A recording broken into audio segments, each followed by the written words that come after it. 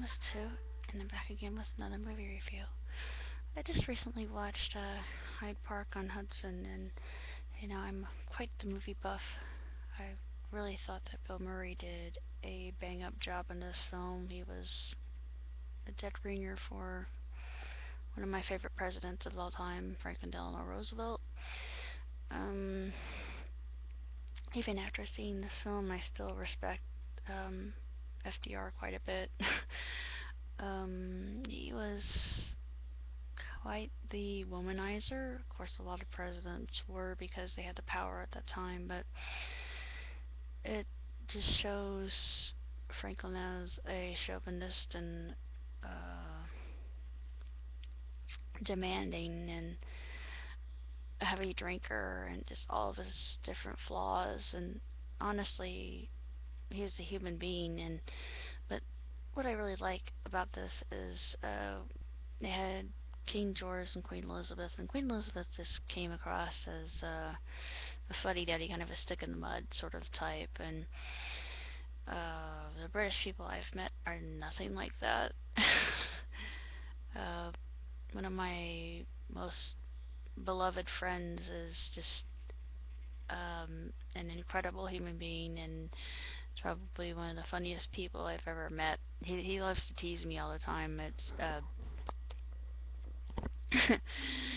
I think about our relationship, and I just keep going back to Hetalia, and I think, yeah, the ship has sailed. It happens in real life. Art imitates life. And I am living it right now, so I guess I could say I'm very fortunate in that respect. We're the best of friends, and I couldn't help for anything more, and I couldn't wish for anything other than that. I love it. I can't compare it to anything else. It's what do they call it? A special friendship. That's what it is. I didn't even go as far as say it's a magical friendship, like in The Incredible Wonderstone.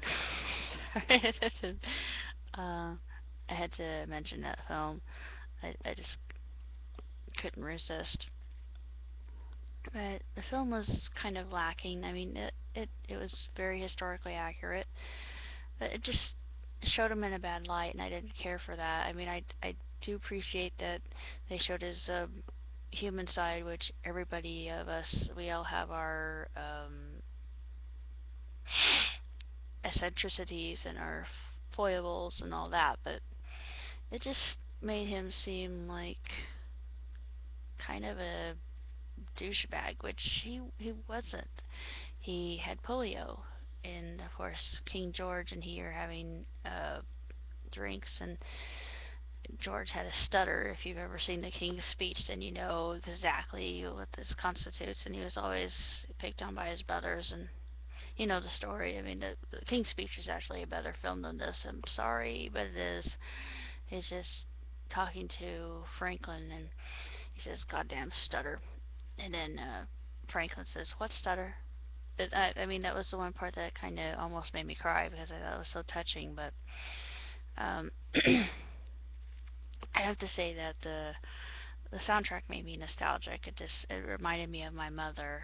She was just a kid when the Depression happened, and she had a lot of music from that era, and it just hearing it reminds me of her. Um, just seeing films about that era, I don't know why. I know I live presently within the moment, but there are times I'll watch a film like this, and I'm like, I'm not in the right era right now. I'm living in the wrong year of time, and I just feel out of place in many senses of the word, but I just do what I can and try to live my life the best I can. I'm not really sure what else to say about the movie, except I thought the cinematography was absolutely gorgeous. I'm not sure what rating to give this movie, because it's just more about secrets, and secrets being found out like a small community, and rumors spread like wildfire. Or if you light a fuse, a long fuse to a keg of dynamite and just waiting for that keg of dynamite to explode. I could compare that film to this. I'm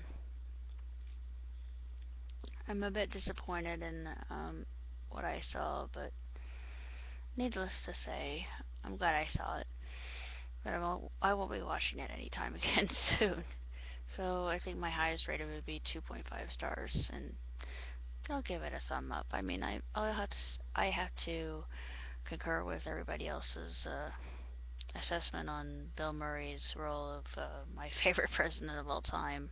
Well, one of my favorite presidents of all time. I rephrase that. I like both Roosevelts.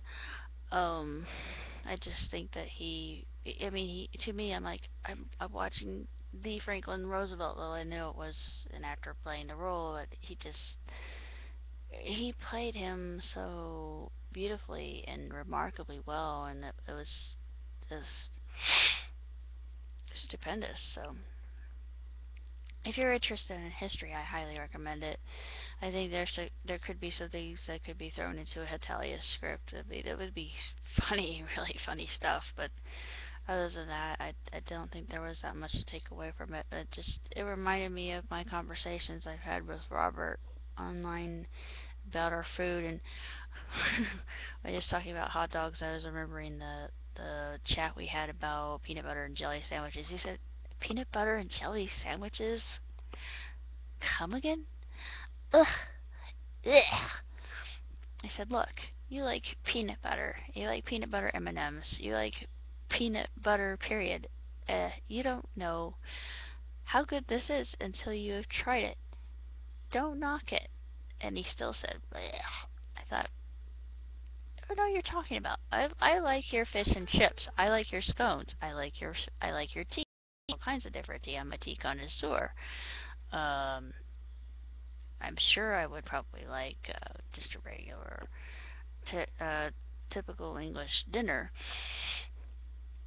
So my palate, I have to say that my palate is sad, sadly very refined thanks to my parents' decision to introduce me to a lot of foods from all over the world when I was young. So some of the stuff I like is kind of rich.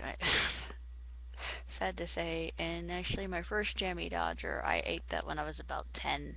I had been invited to Hyde, um, and we had connections to people at the Canterbury Hotel, so we don't now, but it was to die for. The tarts that we ate, the different sorts of biscuits that we were subjected to. It was just delightful. It was one of my favorite childhood memories that kind of was brought back by this film. But other than that, I just think it's passable, and yeah, I'm glad I saw it, but I won't be watching it anytime again soon. That's all there is to be said.